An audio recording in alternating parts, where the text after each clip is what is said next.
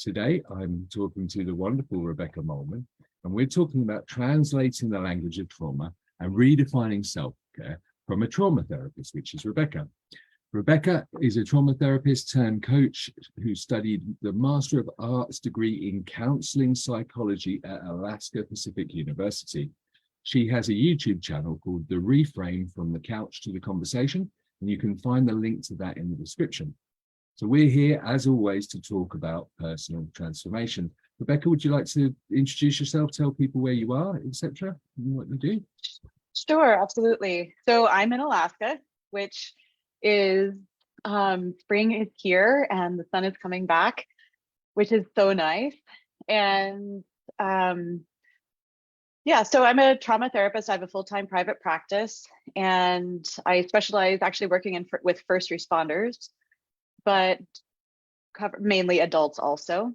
And I have pivoted a little bit into the coaching community with the YouTube channel and the podcast and coaching in general, to be able to access more people and share different skills and tools and just knowledge to help more people have clarity on just kind of this human experience. And I love that your show's about transformation, because that's one of the pieces of my heart. And I think so many of us are going through transformations right now on so many different levels, even culturally. And it's important that those of us that do have tools and techniques and a foundation of knowledge that can be helpful, bring it to just more people. And so more people realize that we're not alone on this journey, and there are good ways to navigate this process. Oh, I love that. Yeah. And I think it's so true. I mean, my whole life, I've pretty much transformed since I was told I had depression at 13.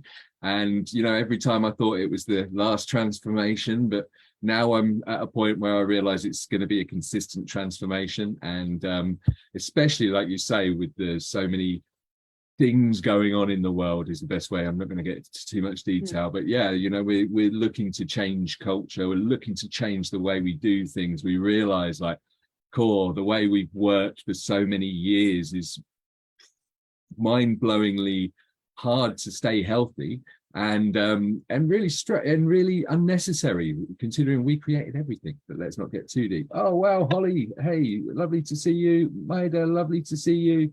Oh, brilliant. Holly, I've not seen you in ages, so that's really nice to see you here. Yeah, so I mean, it's a really interesting, I really had an amazing conversation with you.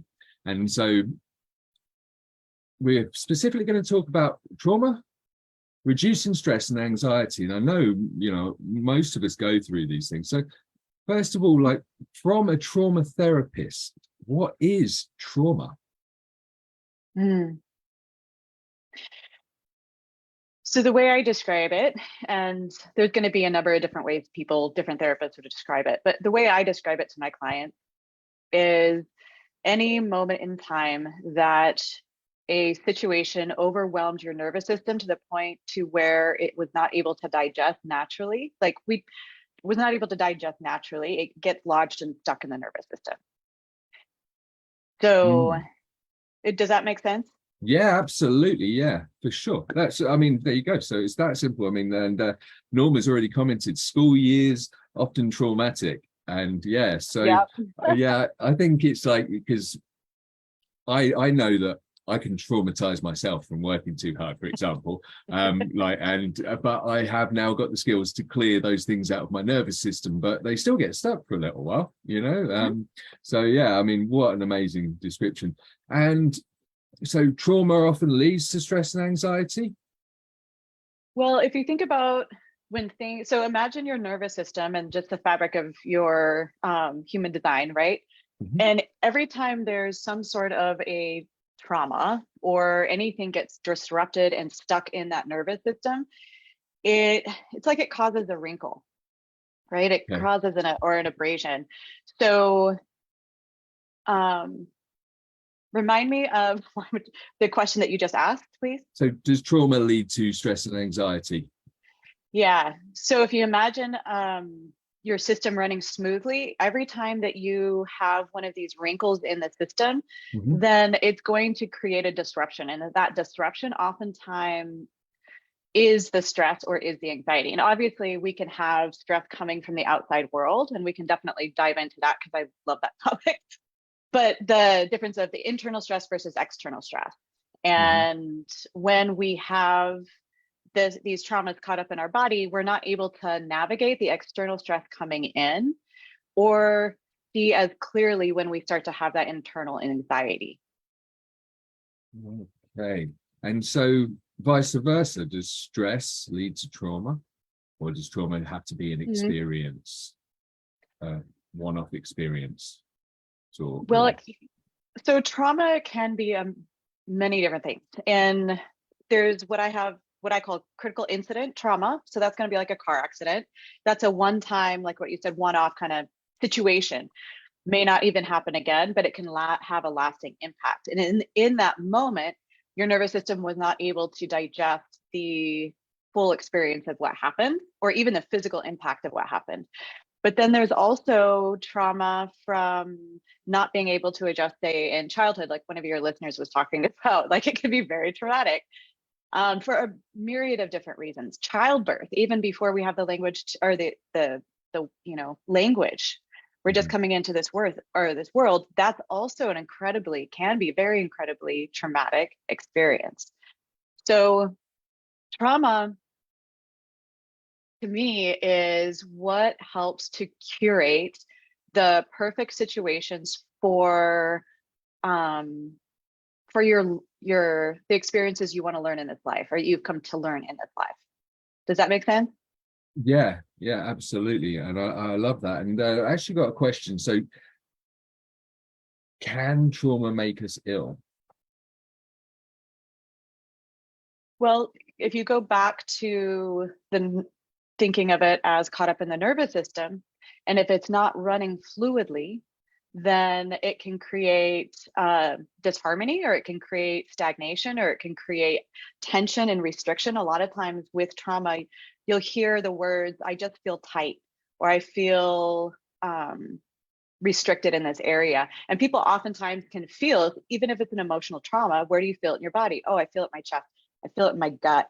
I feel it on my shoulders, right? So it's really landing in the body because it's all connected.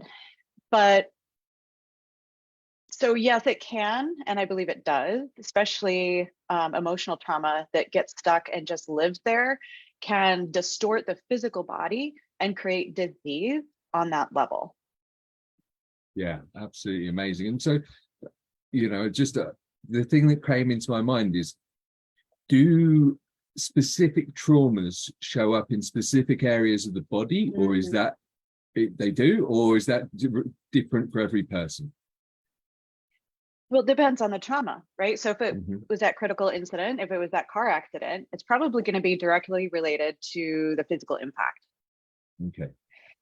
If it is, let's say, grief, Mhm. deep, deep grief, a lot of times you'll find a pattern. And I'm actually looking at the book, I can't remember, Carolyn Mace maybe, but she studied this, and the grief will oftentimes land in the lungs. Anger will oftentimes land in the liver, for example.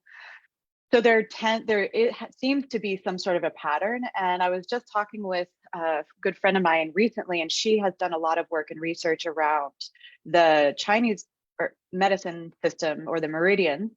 Mhm. And they have, and I'm not too familiar with it myself, but for each of the meridian lines, I believe, they have associated emotional content. So if you have a family, there's certain, say, cultural emotional tones. Guilt and shame, for example, will pass down generations to generation because it's a learned behavior also. So you'll find that there's similar diseases that show up within that line, that family line. Excellent. Wow. Well, just so you know, there's a Gabe who's watching. He does know all about meridian lines, and he said that is Oh, correct. So yeah, he does yay! EFT, so emotional freedom technique, and he does a lot of tapping in that and everything, and it's very stuff. So yeah, amazing. Like, and everybody's loving it so far. There's quite a big audience, but thank you all for coming. I can't see how many of you are here or anything, thanks to Facebook changing something else again this week. So, but you mentioned a minute ago, internal and external stress. So what are the difference Yeah. between those two? So external stress is going to be anything in your environment that shows up. Okay. So it could be going outside without a coat and it's freezing cold, or it's really, really hot. So there's something happening on the outside of you that's creating a shift in your body that it needs to adjust. Internal stress could be biological and come from, say, indigestion, right? That's creating it's creating an internal situation where your body's having to adjust to go back to homeostasis. But I think I meant more with the internal is because of this amazing supercomputer in our head, we really trip ourselves up. And when it comes to feeling like a situation is going to overwhelm us, or we're not going to have the capacity to show up for that situation and navigate it in a happy, healthy way, then we start to worry and we get anxious, right? So that's more of the difference between stress and anxiety, and they do interlock and intertwine. But anxiety is really oftentimes coming from the mind, and it's concern for you in the future, right? Yeah, absolutely. Yeah, I mean, these are things I can really relate to. I think one of the things I kind of see myself is that when we don't have enough information or understand something or know how to deal with something, like we have a traumatic event and we don't have the tools, that in itself can start to cause stress and anxiety, because we just don't know what to do and we don't know who to ask and we don't know who to turn to. And so it's just going round and round in our heads, which is never healthy, from my experience anyway. It's only good to think about positive things, and even then brain dump them, I believe, is like the best way to do it. So tell me, now one of the things you're doing is you're redefining self-care. So you're looking at a new way from your own perspective. So what inspired you to focus on redefining self-care? Well, because I think we've been sold something that really doesn't serve us. When you think of self-care, you think of what are the top 5 things we hear, right? You got to eat healthy, you got to get good sleep. Great, all about it. But then literally right on his back, what's the next thing that you hear? Oh, go take a hot bath, go relax, go watch a movie. You know, it's more, it's rooted in that relaxation part, which, don't get me wrong, I love those things, absolutely. And they are a really important part of being a human. But when you're looking at the job of self-care, and I think that's where the redefinition comes from, is that self-care is having in my perspective, having a comprehensive understanding of your mind and body, to the point where when it shifts, you can translate what it's saying to you. You know the language of what it's trying to, because each of our operating systems have a different language. And then not only that, what can you do to align with what your body needs, not necessarily, and usually not even with what it wants. So those are differentiating between what does my body need in this moment, and then versus what does it want.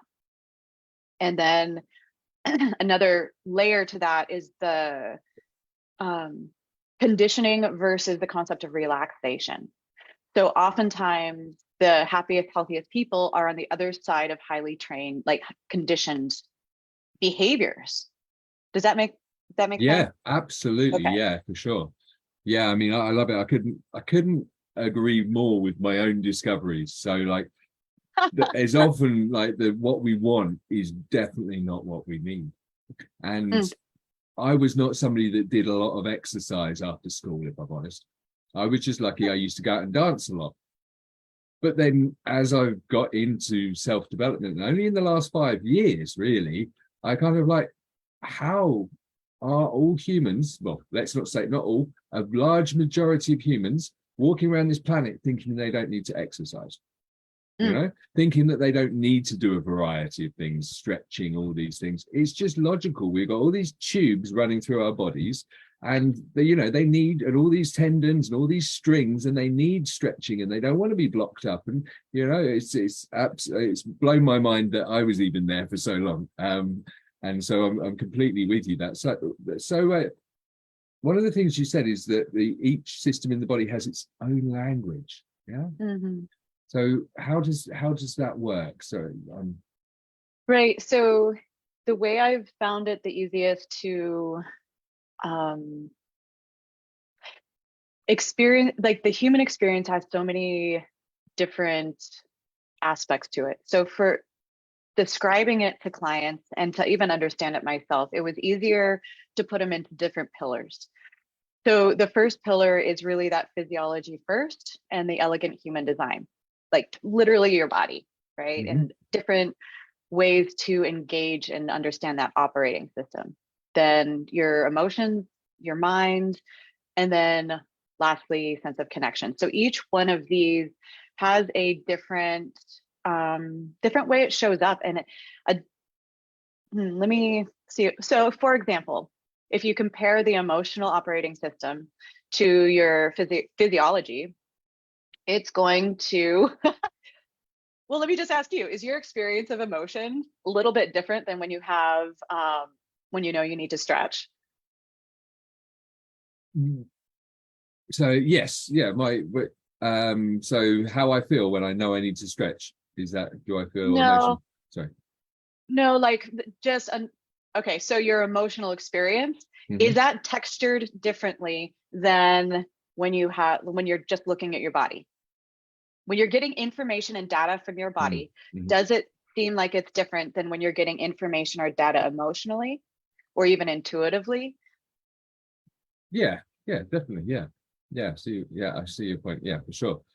Yes. So they have different the different lengths. So emotions are information in motion. And if Mhm. we just take that, then learning how to even understand what the emotion is, even on a basic level, giving it the name, being able to name it instead of, oh, I'm angry. Okay, well, let's look a little deeper. Like, let's put language to maybe that sense of betrayal that was underneath the anger. So now that you're able to name it, now what is it trying to tell me? How do I translate this? Because it has a felt experience along with what it's trying to say. So when you put those two together, oftentimes there's also an insight or a message that comes with that. Once you hear that, the emotional content usually is able to move through. Emotion is information in motion. So it all it wants to do is convey a message, translate it through, and move through. So Mm. that's going to be very different than the language of the mind, right? I mean, we could talk for hours about the different languages of these, but does that help to answer that Yeah, question? absolutely. Yeah, for Okay. sure. So, yeah, I mean, I like that a lot. And so, one of the things I think that's made me think about something. Like, Hmm. often we, like you say, we feel something like stress or anger or something, but we don't label it correctly, because we're not willing to, like, admit the truth to ourselves, or maybe we're not quite aware of it.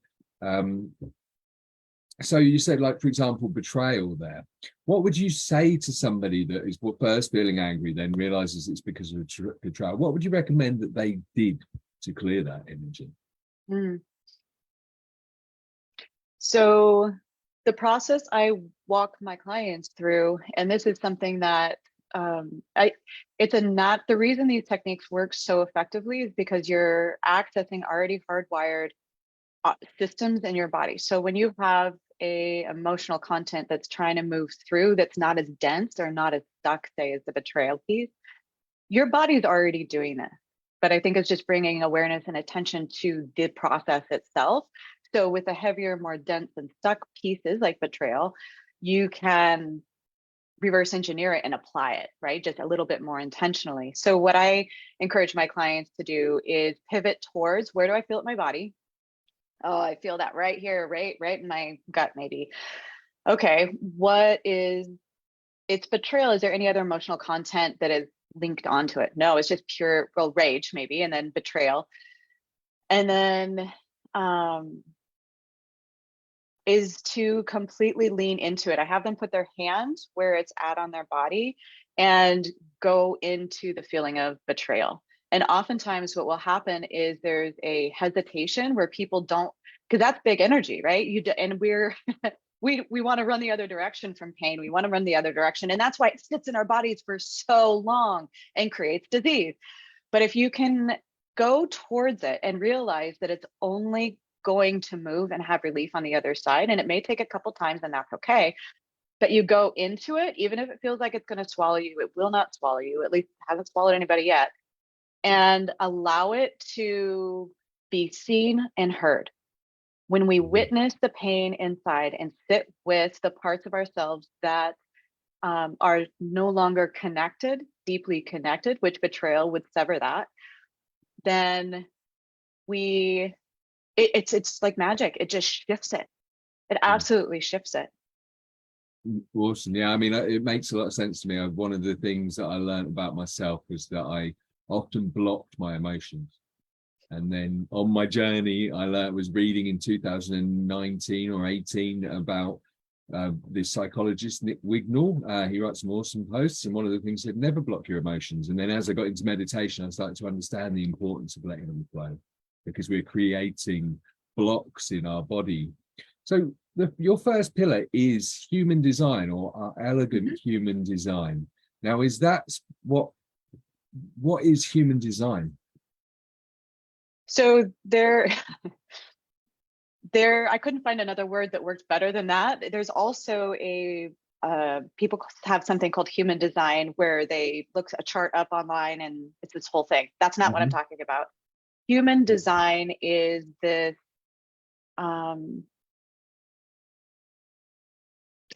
body that we're living in, right?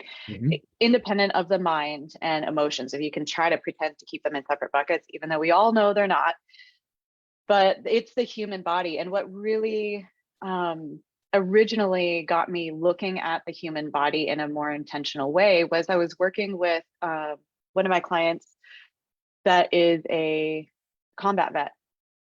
And we did as much EMDR, as much trauma processing as possible.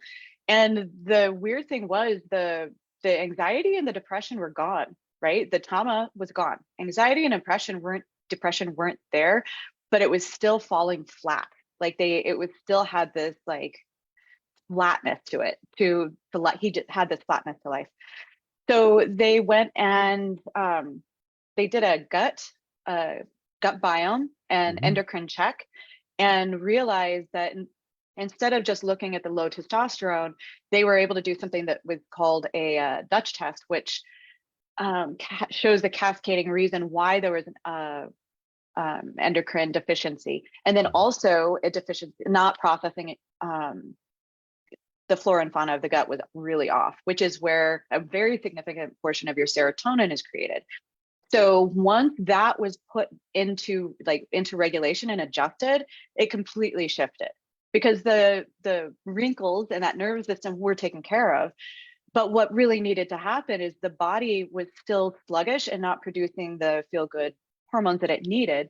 So it needed to be addressed directly. Okay. So So it's sort of really about each of us being unique, each of us having our unique ways of working, and we must realize, like, we must make everything flow, going back to the so he had to introduce things into his life, I guess, either diet or exercise to increase increase the gut bacteria, improve the gut bacteria, and increase the serotonin. Well, and there's answer yes, but there's underneath the elegant human design piece, there's also your friend that's online with the EFT, right? The tapping. Right. So that's a way to be able to look at, to leverage the human body and biology to bring it back into alignment. Right. So instead of more cognitive approaches, which are very appropriate, or even subconscious work, when you're working directly with the hardwired systems in your body. So breath work falls into this, where you can, like CO2 tolerance, cold water exposure, heat therapy, all of these things where we're looking at how can I leverage and condition this human body in a way that it is resilient And we hear a lot about also shifting states. How can I shift my state? And that's a very physiology first approach. Mm-hmm. And we could talk about that if you want, but that's all under the context of no, I that. think it's really interesting. I think like what we've just talked about there is actually really crucial for so many people who are going through transformations, because yeah, especially if you've had a traumatic experience or more than one traumatic experience or a traumatic childhood, you may do all that work and clear everything up in your head, but still not have that excitement for life.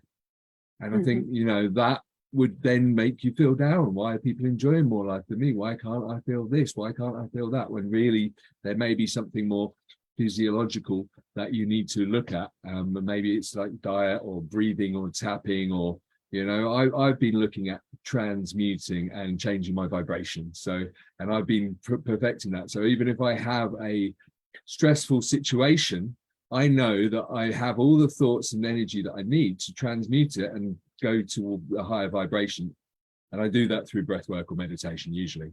And it's very fast sometimes now, and really enjoyable, because I know I've got the option. It's like you were saying earlier, it's about understanding and knowing. So there's a quick question here, but how long has trauma been called trauma? When was trauma discovered? You don't know the answer to that, no? I think we have been soaking in trauma since the existence of the, you know, human race. Yeah. I don't know how. I think it's impossible to, like, what the definition of trauma. Probably, anything can be trauma. Yeah, my first word was tractor, so maybe the first word of the human race was trauma. So anyway, but we don't know the answer to that one. But anyway, thank you for the question. And yeah, so, and then also somebody said basically that it's all controlled by hormones. And so how do are hormones affected by traumatic experiences? Well, I don't know how they wouldn't be. It's because it's so intimately connected. When our hormones, your body will go where your body will not follow your mind, right? So this is kind of where it starts to overlap into the mind. Where your thoughts go, your body will like follow. And when you can shift your hormones within we're seeing this right now with social media, fast-paced social media. People's hormone levels are all over the place, and there's a direct link to depression because of this. You're exhausting these feel-good hormone dumps, and there is a consequence on the back end of that. Wow. Well, yeah. I know. I mean, I think that's so basically like how our mind works really affects our hormone levels quite. Yeah. And so I know the issue with social media, because I used to be an addict a long time ago, and I fought it and I overcome it. Not like most addicts, I could still have a drink, you know, and I could, you know, but I won't drink excessively unless it's a party. But I only joke. But yeah, and so what I learned was all addiction is dopamine, and so the more you give yourself something, the more dopamine receptors you create, and thus social media is sending us crazy. And a lot of people aren't aware of that. And I think it's such a powerful thing to be aware of. Yeah, if you spend 4 hours a day on social media, tomorrow your brain's going to want social media. And if you don't give it to it, you're probably going to be in a bad mood. It's basically what I understand about dopamine. So awesome. And so architecture of the mind, pillar 2. Tell me, what does architecture of the mind mean, and what's this about? So architecture of the mind is we have our prefrontal cortex, and then we'll have our conscious mind, our rational conscious mind, and then the subconscious. And the subconscious takes up the majority of our operating capacity. So our conscious mind, understanding the difference between what the role of the conscious mind is, and then also the job of the subconscious. And there's also something called superconscious, but just to keep it simple, is those two aspects. And I don't think a lot of this is just awareness for people to understand that what is our rational part of our side for? You know, it's our goal making, analytical. It's amazing for if we keep it in its lane. But we try to apply that rational goal setting part of our mind, analytical aspect, to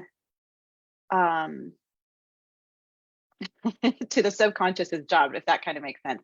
Mhm. Most of our decisions throughout the day are driven by the already downloaded programs into the subconscious.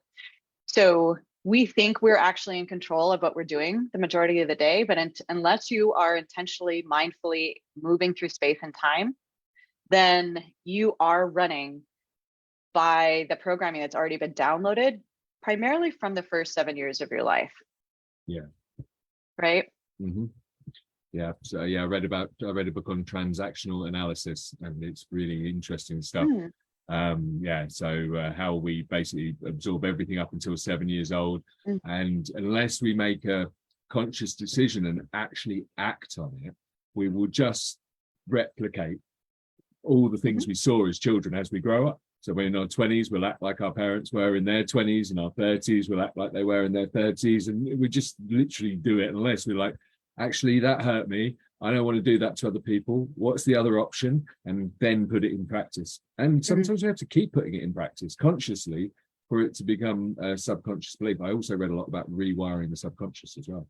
Very interesting topic. So yeah, I know, I love this. And I mean, I was like, one of the things you said to me, so which blew my mind, I mentioned this before, was I thought we over described our emotions.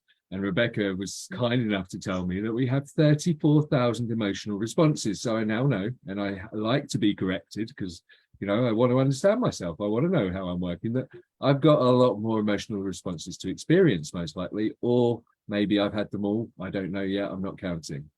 So Hanley, that takes us on to Anatomy of Emotions, Pillar 3. So Yeah. tell me about the anatomy of emotions. Just brief So overview. I know there's a lot to. yeah. So like we've said before, the emotions are information or data in motion.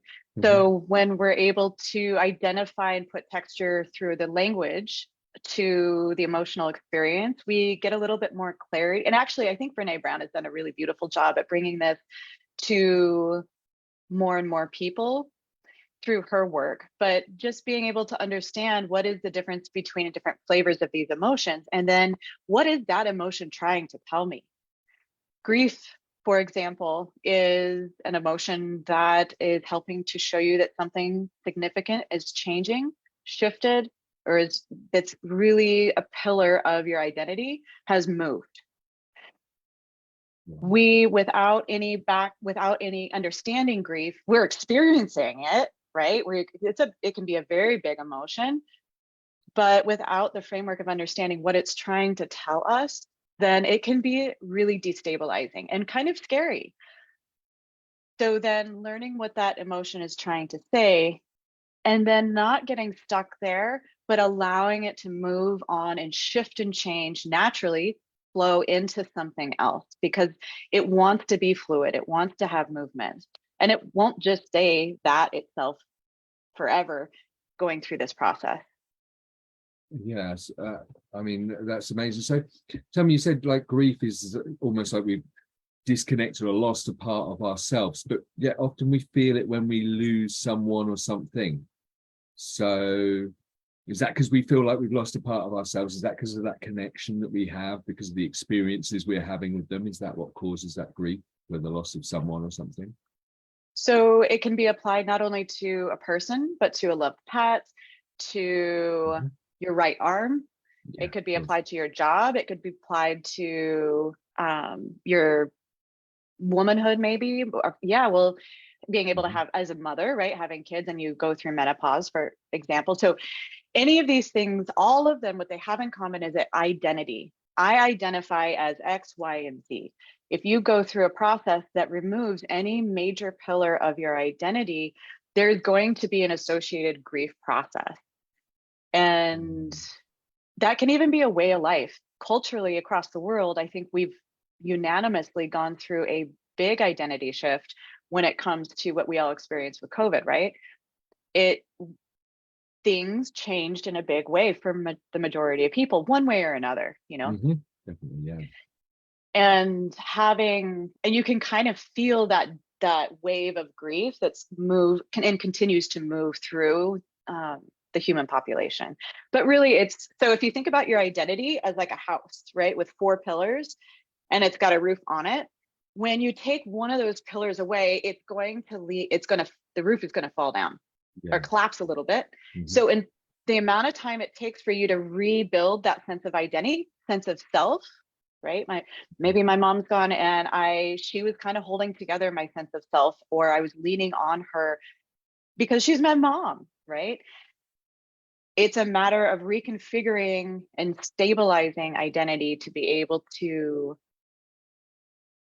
for that grief to move through. Does that help? Yeah, absolutely. I mean, you know, that example there, the pandemic. I mean, I honestly like was such a shock, I'm sure, for everyone, and I never thought I'd see the world stop. You know, Right? yeah, I never thought I would see no planes in the sky, you know, no cars on the road, no shops open nearly, just supermarkets, you know, and like absolute madness. And but it did make me realize that, you know, that for me, after at first it was shock, making sure everyone around me was all right, and then it was like, no, well, this is enough of a reason that we need to change things. We're not prepared for these things well enough. We have to shut the world down for a virus. Hello, it's like we've definitely got our priorities wrong. You know, we're focused on the wrong things. Like you were saying earlier, is that most people don't really take care of themselves. They need a variety of things, and we're so focused on the shiny object syndrome, the next new thing, distraction from the facts. And it's not so painful to go through things. Like you were saying earlier, when you were talking about actually feeling the grief, the betrayal, that was one. When you said feeling betrayal, yeah, it's better to feel it and then understand how you feel and go through all the thoughts that, you know, and process them so you're clear on it, and then move on and do something that gets positive chemicals. I like to, when I have an experience or something bad that happens to me, I like to love myself. So I'll go through it and then I'll do something that's really loving myself, not go and make a chocolate cake or sit on the sofa in front of a film and eat like a whole bag of sweets and drink a bottle of Coke. So, I mean, we've got a bit quiet in the audience. So if you've got any questions, I mean, I'm loving this and I hope you are too. And I can't even tell if you're here anymore because they've taken that magic number away. So, and then we're on to pillar 4, because I have got some questions to cover, but we will get through them, I'm sure. Connection. And so is, you know, I know that okay, I believe that one of the things that we're all searching for is connection. Yeah. But the pillar 4, is that just connection with ourselves, or is that connection with other people, or is that what is it? Tell me more about it, pillar 4, connection. So that actually elegantly brings us back to trauma, because when you go back to I see it as a sheet, like the nervous system is a sheet. Remember I was telling you about wrinkles? Like if it has these wrinkles or tears in it, then it's not smooth. And disconnection from ourself or from the world around us or from something larger than us is usually a pretty good indicator that there's some wrinkles in that fabric that need to go back and be ironed out, because the nature of trauma encourages that sense of separation, division, ultimately isolation when it gets too bad, a feeling of not being connected. So as we work through the wrinkles in that fabric, we start to have a little bit, almost like it has almost a visceral feeling of more capacity to be able to, oh, I can breathe a little bit more. I have more capacity. What's that feeling? Wait, hold on a second. I can take up more space. And then you start being able to see past yourself. So you start being able to connect with yourself, but then you realize that you're not actually separate from anything else. And it's the beauty of holding space long enough to realize that the person like in front of me is actually me as well, right? It's a beautiful mirror. And we are so incredibly deeply connected on that level. And something I say often is the wounded in me sees the wounded in you. The holy in me sees the holy in you. Because at the end of the day, we are deeply connected because of the inherent quality of trauma that's not just from our own lives, but been passed down through generations. we have created a baseline of disconnection. So as we iron out and unstuck all of that stuff in our nervous system, all those stuck patterned emotions and patterns through the subconscious that are supporting just kind of dysfunction, Mhm. we're able to step into a more connected state with ourselves, and then right on its tail is more expansive and connected ability to all things around you. Yeah, absolutely. And actually, to go back to the school comment earlier, school being traumatic, I think the thing that I learned when because I don't know how, I'm an observer, I guess, is that it's traumatized people traumatizing other people. Yeah. And it's like, even if we take away all the ancestral and generational trauma that we all inherit through our DNA, because it is within us, it's held within us, that we start our lives. And I'm going through this with my daughter at school, for example, and sometimes kids are really horrible to other kids. And I'm like, they're probably not happy because of this. It's not that they think this is true about you. It's probably that they don't like themselves. That's why they have to say something nasty to you, or somebody's telling them this, or they're having a problem at home, or there can be so many reasons. So yeah. So I think that speaks also to, especially when you're looking at littles, they're very naturally egocentric. They have to be. Their brains aren't developed enough to be able to look past the ego like we can as adults. But but imagine getting stuck there. How many adults do you know that are really just little kids caught in grown-up bodies? Yeah, But being able to expand her ability to see further than her, a lot, lot. yeah. A lot. Yeah, a lot. Yeah, no, it's true. Yeah. So sorry, you were saying. So to develop her ability. Yeah, no, that's all right. No, sorry, I didn't mean to interrupt you. That happens sometimes. But yeah, I mean, absolutely. And yeah, I mean, I think what you're just saying there. How many? The thing is, like, we're not really. And what you just said just blew my mind, actually, that as children, we can't see past the ego. And yeah, so this is the conscious mind takes time to develop. And I'm aware of this right now with my daughter. She's at that sort of age, 9 years old, where she's in the middle of sort of trying to find her boundaries and set her boundaries and find out what she can do. But she's still not quite there with conscious decisions on all things, some things. And like, yeah, it's very interesting that, isn't it? That we can't do it as children. And unfortunately, what happens from my experience, and I don't know if you agree, we're not programmed very well. And that's what then it leaves us traumatized from school. Go into school as teenagers where it gets even harder. And, then we still have these little scars from when we're younger. We didn't have a perfect experience and all those other things. So, yeah, I mean, I love that. You see, this is why I love doing this show, is because it's just the small things that you don't know, yeah, that put everything else together for you. It wasn't clear to me that, we were run by ego. I kind of see that our egos are so badly programmed that most people think survival is status these days. And that is what causes them to become narcissists and vain and all these kind of things.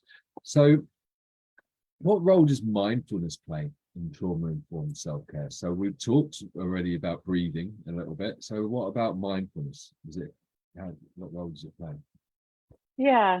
So I think understanding the different operating systems that we are working with, that we've gone through with the pillars, mindfulness, when you weave it through that, is just one, being aware that coming to the present moment and being aware. So now when you start to learn the language of each of those different operating systems and take the role of the witness, which is in a mindfulness practice, oftentimes you're coming back to sometimes what's referred to as seat of the soul, right? That in a lot of the meditation practices that you'll sit, and not with the intention of having no thoughts or having no emotion, but the fact that you're observing in our witness to those thoughts, those emotions, those physical urges, which are oftentimes linked to the subconscious programming.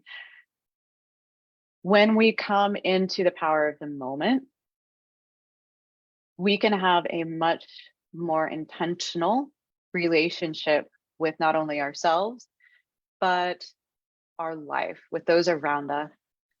So I think it's just an incredibly powerful tool, mindfulness, Mhm.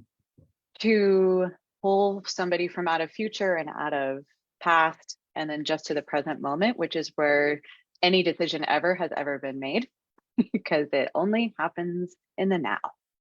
Yeah, I mean, and that's something I can really relate to, having had depression and then Mhm. also suffered from anxiety. Is yeah, my depression was actually caused by not by inherited behavior. So I inherited a lot of ways of thinking that didn't serve me, basically, and they ended Mhm. up causing me to have a chemical imbalance. But those some of those behaviors were living in the past and living in the future, yeah, and not being present. And in fact, I had no awareness of it. And yeah, then 2020 pandemic happened. I basically lost everything, right? And I'd never meditated before. This is what's amazing. So I'd never meditated before. I realized I'm a very spiritual person, but because of my experience with other spiritual people, and also a kind of like disbelief of the power of well, I mean, not just not a lack of understanding about religion and its origins, not where it is now, made me not really be interested in prayer or meditation. And so when I got to 2020, I was stressed. I was like, I've got family support, I can't even leave my house, nobody's going to work. I was a local business marketer and all local businesses were closed. And so I was like, I asked a group. I knew that at that point you have to ask for help. That's the thing, is if you haven't got an answer for yourself, you need to ask for help. So I went in a group and I asked a question. I met a coach and he's like, yeah, you should come and meditate with me. And I didn't. I'd luckily learned that I don't know everything. Yeah. If I've not tried it, then I haven't experienced it. Then I can't tell if it's for me. And I was like, I'll try anything right now. And within 3 sessions of meditation, I'd actually completely clear. I was aware of everything that was bothering me. Yeah, I had sat there meditating. I'm like, realized, and this is, he didn't teach me this. I just concluded that the reason I can't quiet my mind is because all these things are in there. Once I start taking notice of them, I can work on them and they'll go. And that's what happened. And eventually, even with all the problems still happening, nothing had changed. In fact, it was getting worse for me. I now was in peace, all because of meditation. Mhm. And journaling. We were doing some journaling at the same time. So yeah, I mean, I can really see how mindfulness is such a powerful thing for these. So how, we've talked on this a bit. So how do the traditional self-care practices would be just relaxing, taking it easy, maybe have a holiday and things like that. So how can individuals who have experienced trauma start incorporating these pillars into their daily lives? Mm.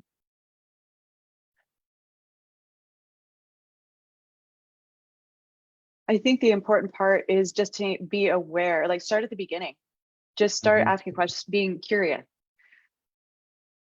What what can I do with my physical body? Like what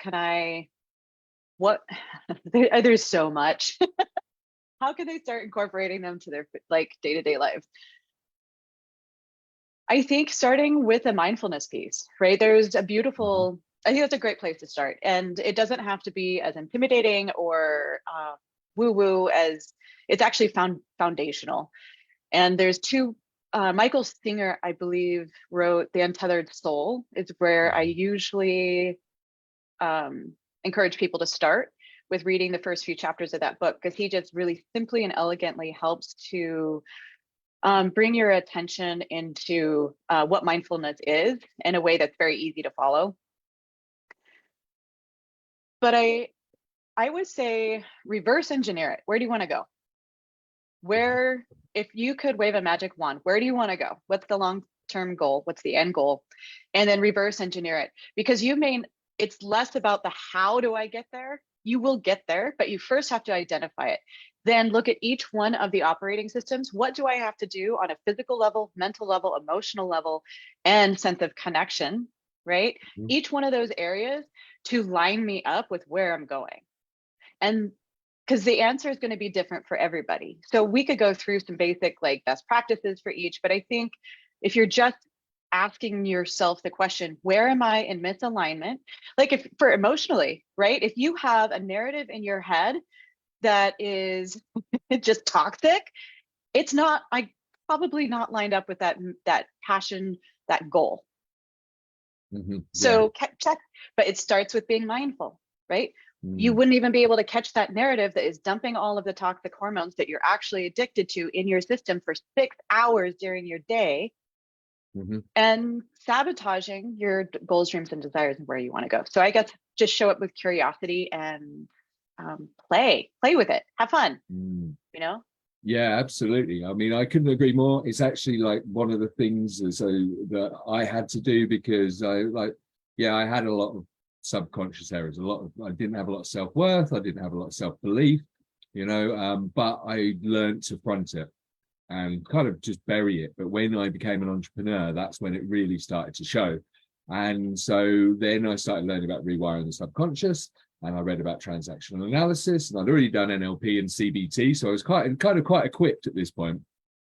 And so I just started focusing on where I wanted to go, and then identifying the things that held me back, and then asking, how do I want them to be instead? Okay, this keeps happening. Where's the one of the things with CBT is like I did the Beck version of it, the very early version of it, and there's an ABC: action, belief, consequence. And so something happens that makes you feel uncomfortable, or like you can't do it, you're getting resistance, and so you ask yourself why is that true? Why? And you keep asking why until you get to the belief. All right. And so then you find out the consequence of the belief, and generally it's like, why do I think I can't do it? Well, and it go back to something you were told when you were younger, something that your society's told you, like you need this to do that, or like you need an education to have a career. It's not true. You can get an education while you're establishing your career. You need to know how to use your brain, and luckily that you came equipped with that. From my experience, you just got to start believing and trying to use it. I don't want to go off track, but I've been looking similar to this meditation and mindfulness thing. I've been following AI. I'm starting to wonder whether we can actually treat ourselves like AI with meditation, and actually prompt ourselves to bring forward all the skills that we've got, like an AI, to then to go and achieve the job. This is something I'm going to be working on soon, because I think we always make things in our own light. So what resources or tools would you recommend to someone who is interested in learning more about trauma-informed self-care? Well, I think start with, again, back to mindfulness, like start with the Untethered Soul. There's a great book of, I think kind of a gold standard one is Body Keeps the Score. Right, yeah. For my first responders, a really good one, and this also includes military, is On Combat. On Combat. It's a beautiful book. Let me think. And I reckon that they probably watch your show as well. Do you talk about trauma on your show, or? Yeah, absolutely. I have so the way it's set up is I do one interview with someone that has a something that I find very important, like piece of the puzzle, kind of like what you're doing. And then one episode where I've curated something that is resonating with my followers, or questions that people are asking as far as, hey, can you talk about depression in this way? Or I'm struggling in this area. Could you tell me a little bit more about that? So it's a really fun process to be able to hear from people and then curate a show a week that's sometimes a bit shorter, but really specific. And then I do have a training coming out, hopefully in the next couple of weeks, on the physiology first pillar. So it's all of the tools, techniques, and gold standard practices to move the needle if the only thing you did was is work with that pillar. Okay. Awesome. That sounds amazing. So look out for that. You can contact Rebecca. The best way, I'll put the link to her website and to her YouTube channel, and both of them have all the other links to where you can find Rebecca. So you can choose the one you want to follow her on, and I'm sure you'll find out more information about that.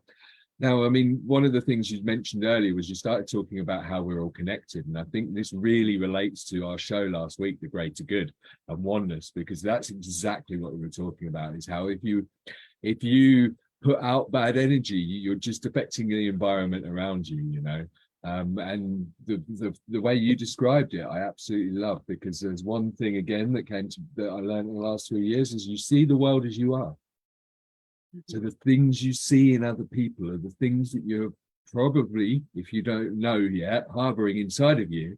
And it's like when you judge somebody or see something, you know, or don't like something in somebody, there's a pretty good possibility that you've got that inside of yourself and you don't like that about yourself.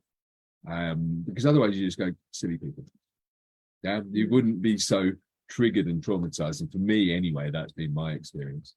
So there's a few comments here. I'm not sure if they're questions. So much superiority paradigm, excuse me, which causes children and people to behave horribly for no reason really, other than they're doing what one is supposed to do.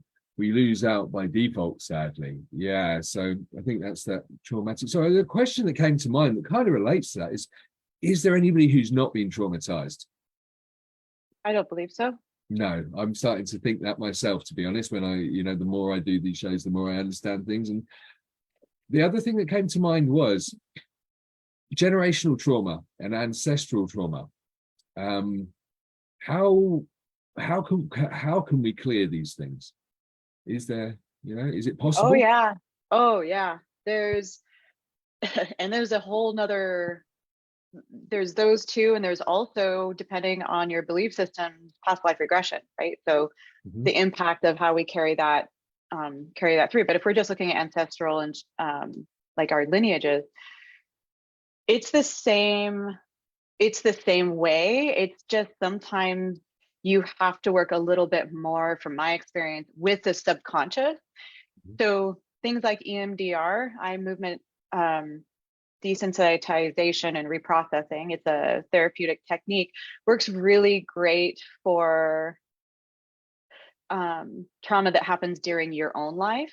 But when you're going into programming, if you think about deeply embedded programming, you're going into generations back, and that's going to be harder to even process through without going through the subconscious, because it's like it's a deeper fabric, a deeper layer.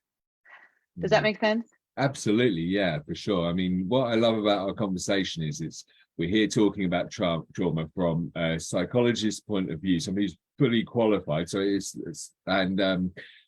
talking on such a spiritual level, and I really like that. Yeah, I'm really enjoying that. So absolutely, I mean, yeah, it makes such sense. So it is completely possible. And sorry, what was the other type of trauma you said? So we had ancestral, generational, and then you just mentioned depending on your belief systems, that was it. Past life. So if you're gonna, like, the past lives where you've lived different lives before.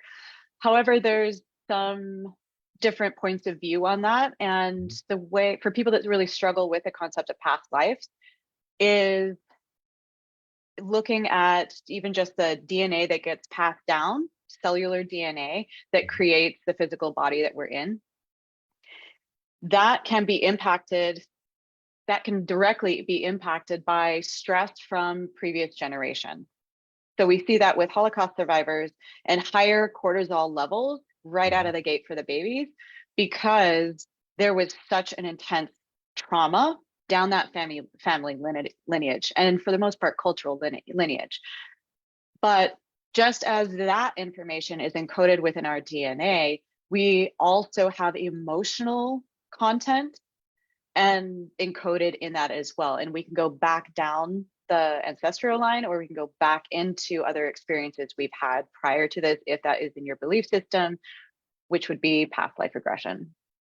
Amazing. And so what's just come to me there then? So for parents who, maybe were troubled children themselves or difficult children, they only overcome that when they got older and they were consciously able to change their mind, obviously, apart from getting their bum smacked and getting disciplined and deciding not to do it as children because they didn't want to get a smack. And most of us were brought up through fear, unfortunately. So that's why often they will have a child who will be a difficult child as well, because the actual trauma is still in them. It's still in the lineage. It's still in the DNA. If they haven't actually done enough work to clear it, rather than clearing it, they've just got coping mechanisms, for example. That would then just show up in their child as well, would it? Pretty much. So if they were difficult and we're carrying this generational stuff, I know it's a bit hard to say. And so if it shows up in you as a child, it's probably going to show up in your own child as well. Oh, absolutely. And I interesting. I think it needs to be teased apart just a little bit more and realize that when it's passed generationally, it has a very different texture to it. It doesn't have, you can't put language to it usually because it's not coming from your own lived experience. And I had a recent experience myself doing some of my own work and found what I thought was generational grief, but it was incredible abandonment. It was the most profound sense of abandonment. And I could tell it wasn't mine, but it was so, you could almost taste it, like so tangible. So the healing process to be able to heal that wrinkle in the family line is to exactly the same process. You pivot back. Amazing. Yeah. Yeah, absolutely. I mean, I think this knowledge is what would change a lot of people's experiences, you know, because the children would be born and you'd know, hold on, like, this is going to take, I'm going to have to deal with this differently to the way my parents dealt with it, because, you know, I was still traumatized and I'm still traumatized now. And if I want this to clear, I'm going to have to love this child rather than discipline this child, for example. Yeah, I mean, amazing stuff. And one of the things you kept saying was belief system. Now, something I'm really looking at myself, and I'd love to know your thoughts on this, is the more we believe something, the more it is a reality for us. Is it possible? So, like, if we believe that we are always going to be traumatized, we'll always be traumatized. If we believe we can't get over something, we'll never get over it. If we, you know, like generational and ancestral trauma, you know, we believe that past lives don't exist, then we can never become aware of what is potential. Yeah. So do you agree with me on that? What's potentially with us? You know, we won't necessarily be able to get that awareness without a belief of actually believe it. Or the more we believe something's possible, the more we trap ourselves in that belief. So I think we run into that a lot, especially after it's kind of a trauma work, right? Is more front and centered than it's ever been, ever. And I think people get stuck in, oh, I'm a trauma survivor, or I am my trauma. I'll have it for the rest of my life. It's very easy to apply more of a victim mentality, and not even intentionally, but to that experience. But if you reframe what trauma really is, it's just it's the training ground. It's absolutely 100% the training ground. What do I get to learn today? What's going to come up that's going to get to be uncomfortable today? So instead of it like, oh, it's because my mom yelled at me when I was little. Okay, oh, sure, maybe that happened. But what do I get to do with that today? And shifting the paradigm on in the language around trauma really being the playground, the learning ground that we have. So beliefs are important, but be careful, really look at what those beliefs are. Brilliant, thank you. So that's, I mean, like, that's because there's something I'm really looking at is like the more we hold on to something and believe something, the more it sticks with us. Okay, a couple more comments quickly before we get on to the last questions, because and also if anybody has actually got any questions, I'm not sure if these are questions. So parenting a grandchild has highlighted the Gen T, but it's also given me the gift of understanding what I can change. We've got to work hard to break those cycles. Yes, Kim, and that was about the generational and ancestral trauma. That's my goal right now, and I believe I'm doing it. Yeah, but for all of us, not just for my family. So very crucial. We can normalize anything, and especially we must be exquisitely careful of normalizing responsibility shifting. Even if inadvertently, it's always up to us and us alone in the end. It's our choice how we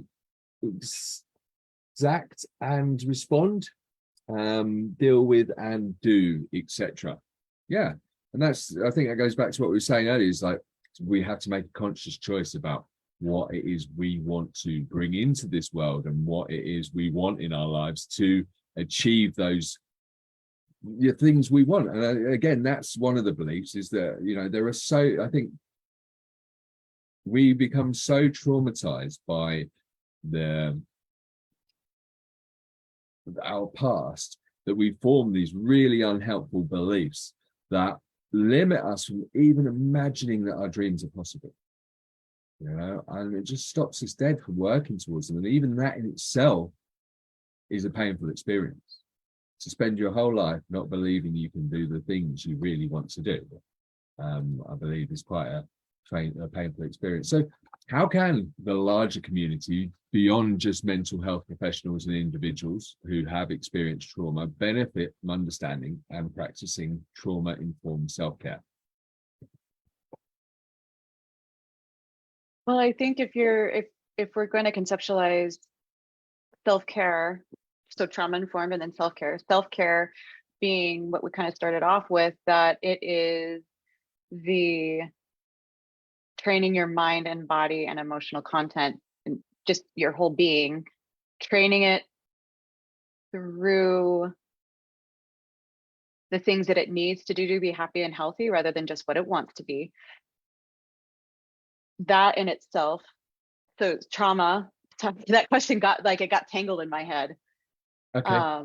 Yeah, so being really, how can we influence others other than the outside world? How can it benefit them to understand trauma-informed self-care? So basically the practices, how else can people benefit from these practices? Well, I think they can benefit. Yeah, they can benefit by it brings you, for trauma-informed self-care or practices, just bring you into more relationship and awareness of your own body, of your own mind, of your own emotional state. So getting more and more familiar with, what does my body really need in this moment? And what can I do proactive? I mean, do you really want to go to the gym, or are you going to go to the gym because you're going to feel great afterwards and your body needs it to feel like amazing? So what are the things I have to put in my way? And then also inversely, what do I need to do? What do I need to not do? Can I listen to my body well enough to know when it just needs no stimulation, to completely shut down? So I think the trauma-informed part is just learning to have a more intimate conversation with yourself around what your body, where it's at and where it needs to go. And I think it's definitely something that we should all do. I think it's understanding ourselves may be more important than what we call education these days. I think actually you'd have to learn words and language anyway to start to understand yourself, and so there's some pretty complicated words, and it's amazing what can come to you in silence. You're just talking about when to shut down. Another thing that came to me was that we actually get more intelligent through sitting in silence, and I found that quite an interesting. It's a study as well, and I found it quite interesting. Really, really, really interesting. So tell me about what you're doing now then. So you're now a coach, are you? And yeah, well, kind of.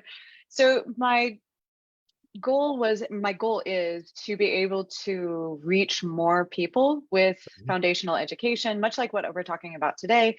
And then through training courses, through the podcast, and through speaking engagements, to be able to just reach more people with foundational information on how they can up-level their mental, physical, and emotional well-being and come into alignment in a more with those 4 pillars. Yeah. Awesome. Yeah. And so if somebody wanted to know more about that, where would be the best place for them to start? On your website or on YouTube? Well, if you go to the website, all the links are there. So okay. Yeah, and that's www.thereframe.net. Awesome.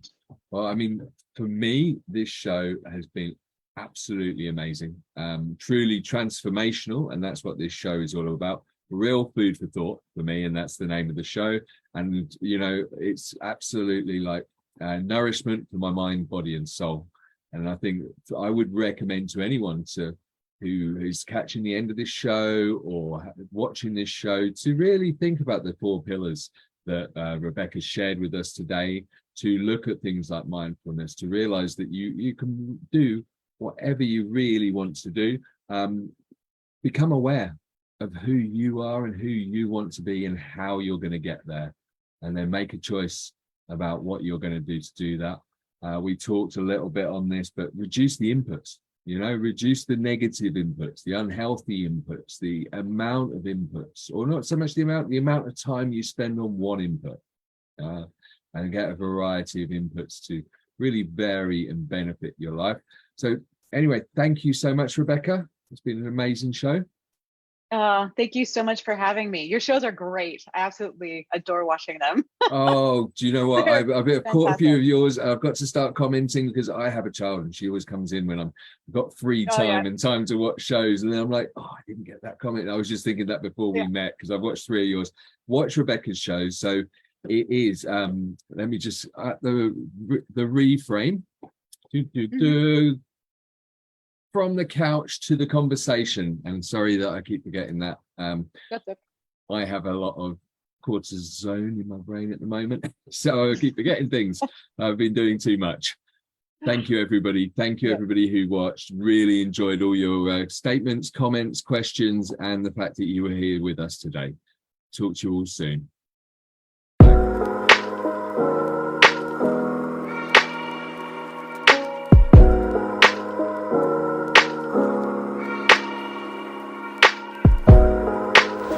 Bye.